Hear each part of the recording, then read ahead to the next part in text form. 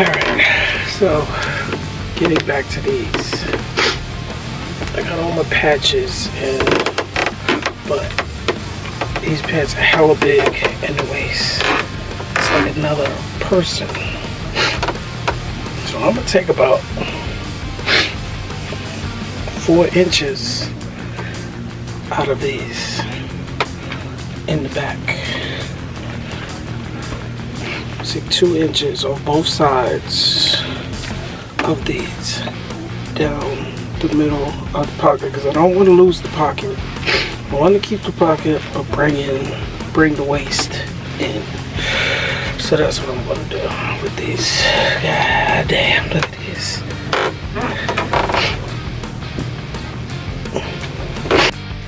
Alright, so now let's get into taking everything apart. So here I am setting my center lines. I'm going to do this on both sides of the pants of the pockets. As you see, I'm doing this right side out. Oh, wrong side out, I should say.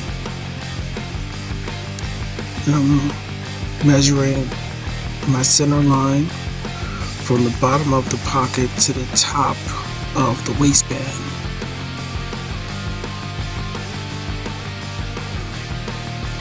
And like I said, I'm taking about 4 inches off of these pants, or maybe a little more than 4 inches off of these pants to slim out the waist, because the waist is just way too big for me. I want the rest of the pants to be loose and baggy, but the waist, I don't like the waist to be too loose, but just enough. So that's what I'm doing right here, setting my guidelines.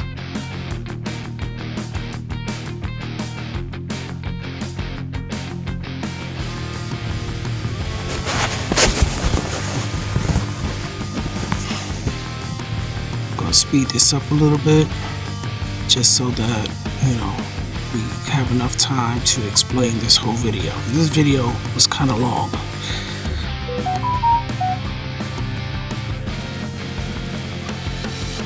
So I hope you guys enjoy this, because I put in a lot of work. So here we are, my seam ripper, so we can open up the waist. That's what I'm doing here, just opening up the waistband so that I can do my folds and my cuts.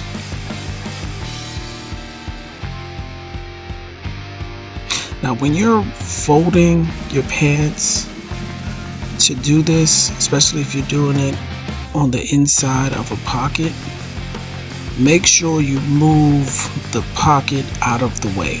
I didn't show this in this video, but make sure you move the pocket out of the way. Make sure you don't sew over the pocket, because I almost did that and I had to go back and repin before I started sewing, because I didn't pay attention that I was sewing on the pocket. But anyway, let's continue on. Got everything lined up. Take everything to the sewing machine. Do my first stitch, which will be a straight stitch.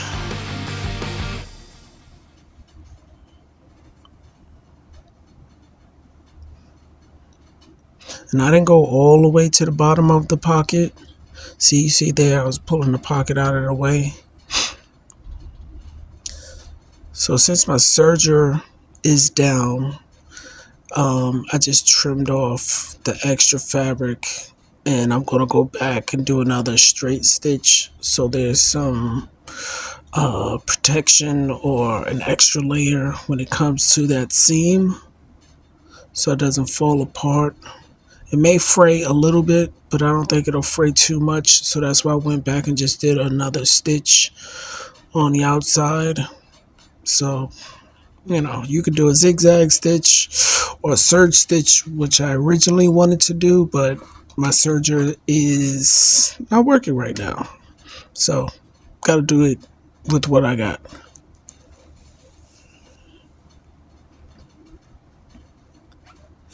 So that's both stitches. All right. So now we're going to measure out the waistband, because now that I took off the excess fabric or adjusted my waistband, now the original waistband is too long. So now I have to shorten it so that it now fits the new length of the waistband. So you see me kind of going through it and just sizing everything up. And look, I didn't do a lot of measurements here. I just eyeballed everything. Fashion is like cooking. You just kind of know what you're doing, eyeball it and season it however you know how to do it. And that's what I was doing here.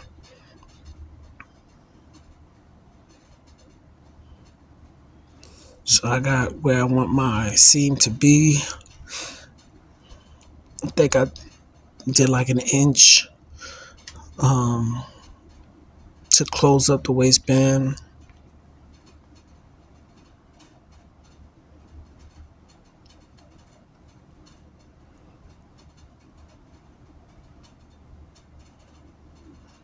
So now it's nice and even. So now I'm going to go in, close up the seam on both sides, and make sure again you move the belt loops out of the way when you're doing this. You can take all of them off. The ones that are in the way is what I should have did the first time around, but I made my alterations after I realized that I sewed over my belt loops besides the one I originally took off. So I had to go back and kind of sew again another stitch, kind of securing the waistband onto the pants. This took me like recording like 2 days to get this done. Could have done it in one, but I had to cater to the family and the kids, so we make it happen. So as you see here now, it's time to put that belt loop back on. For some reason I was having the hardest time getting this daggone belt loop back on. As you can see here, I'm trying to put this belt loop back on, and I'm putting my wedge under there so it can go over the belt loop, and I still was having an issue with it. What I realized is that my stitch length was too short. So when I did a longer stitch length, it went over with a little bit of ease. So use a longer stitch length when you're going over high points is what I usually try to do. And I wasn't paying attention. I was just trying to get this done. But I realized that if I use a longer stitch, I could get over the hump of the belt loop a little bit better. And eventually that worked out. So got my loop back on, lined up good. And now we're here at the end, basically. As you can see, so much smaller than what the... So we got everything together. Looks clean. I like the way it fits. Smaller waist. It looks good. I'm proud of the work. Catch the next video. Peace.